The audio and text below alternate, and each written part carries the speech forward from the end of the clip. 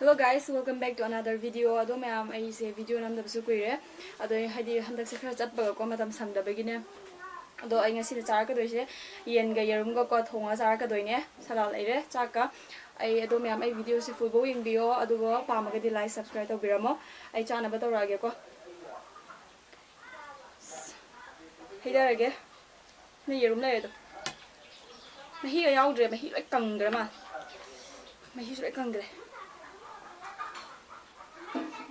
Yang sẽ hào rau rồi, bây giờ nên thua ngay bên này bà con.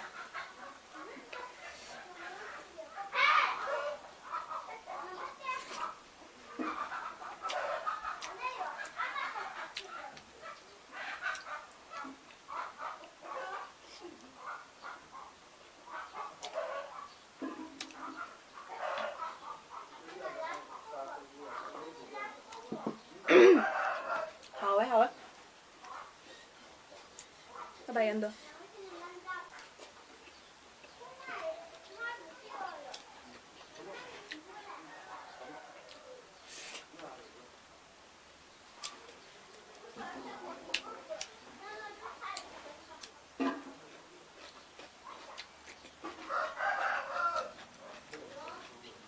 Hại em nè. Mày đang thì thôi bỉ con.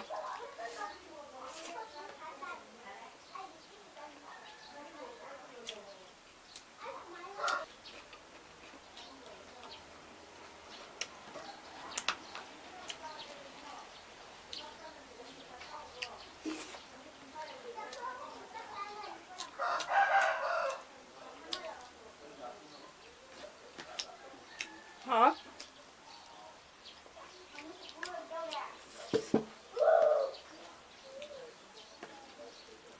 Aduh ma'am ay video na masih kaya hay jade ba ko hay te ba ko hay ka hay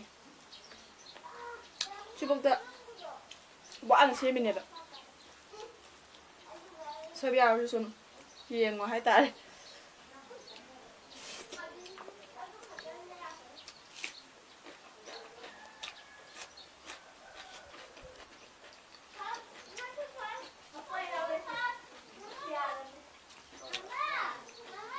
Quy ya cha được.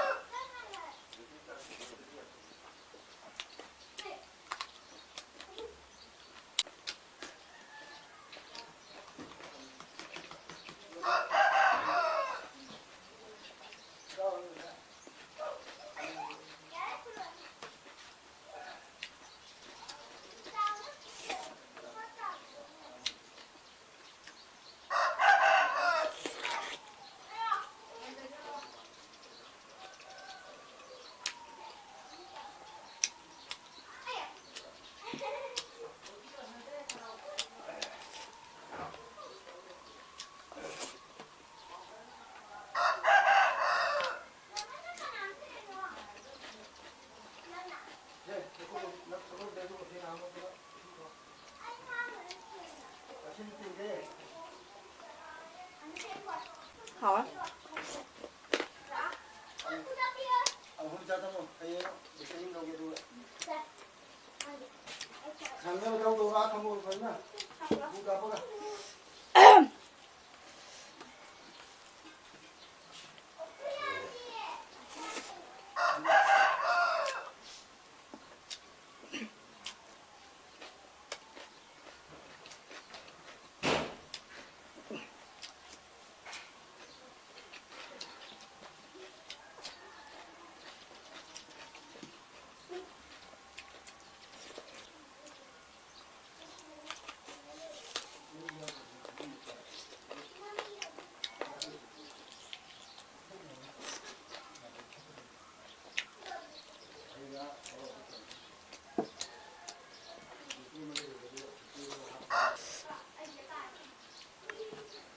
Mẹ mà tôi hay điểm hả đó mỗi lần thằng dính cái đó lại làm thuộc vào đó tôi yao tôi nè bà con cái mà yao đi mà xí gì đấy phải ta rồi đi coi yao ta để video nào lâu rồi kia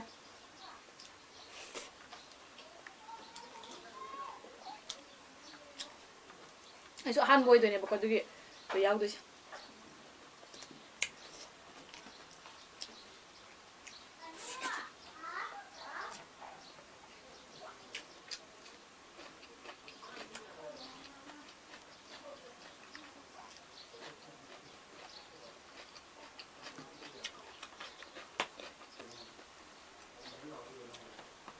ꯀꯣꯏꯅ ꯀꯥꯎꯅꯩꯌꯦꯅ ꯍꯥꯎꯔꯤꯗꯤ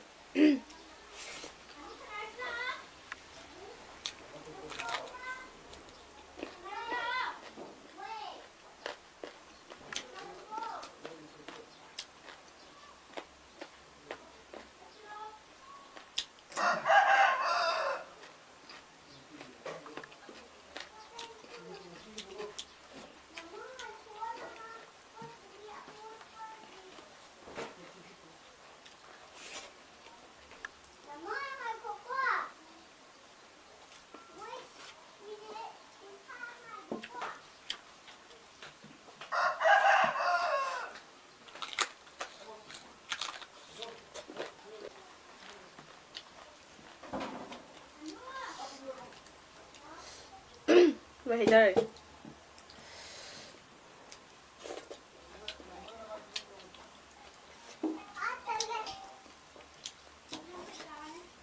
hảo thế hả? Hảo vậy đi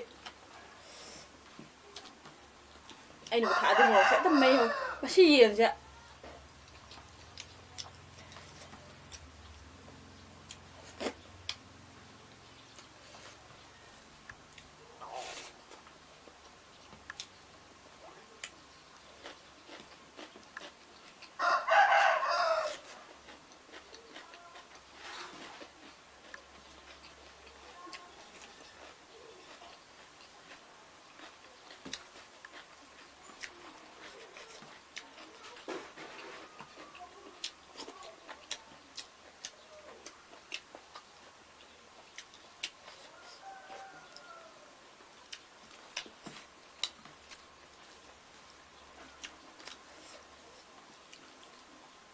Sak lam baga kasi di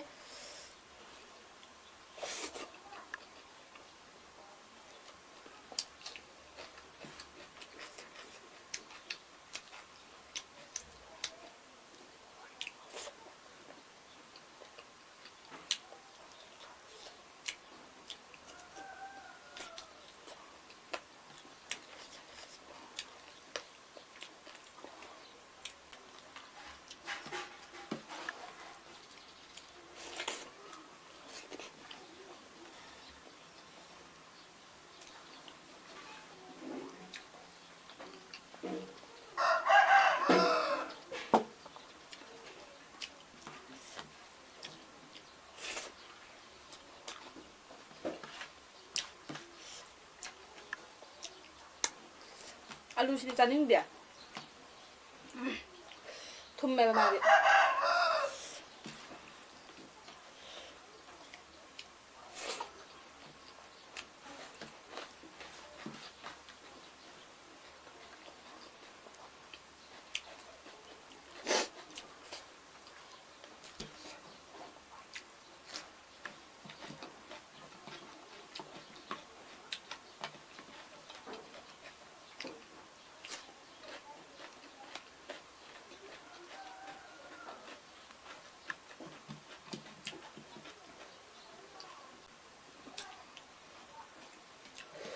saya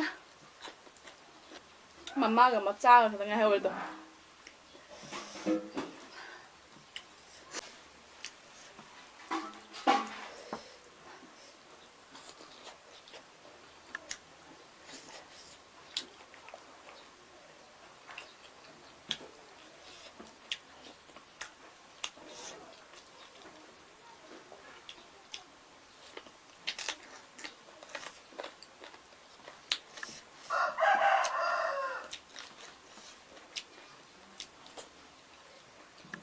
Tapi yaw da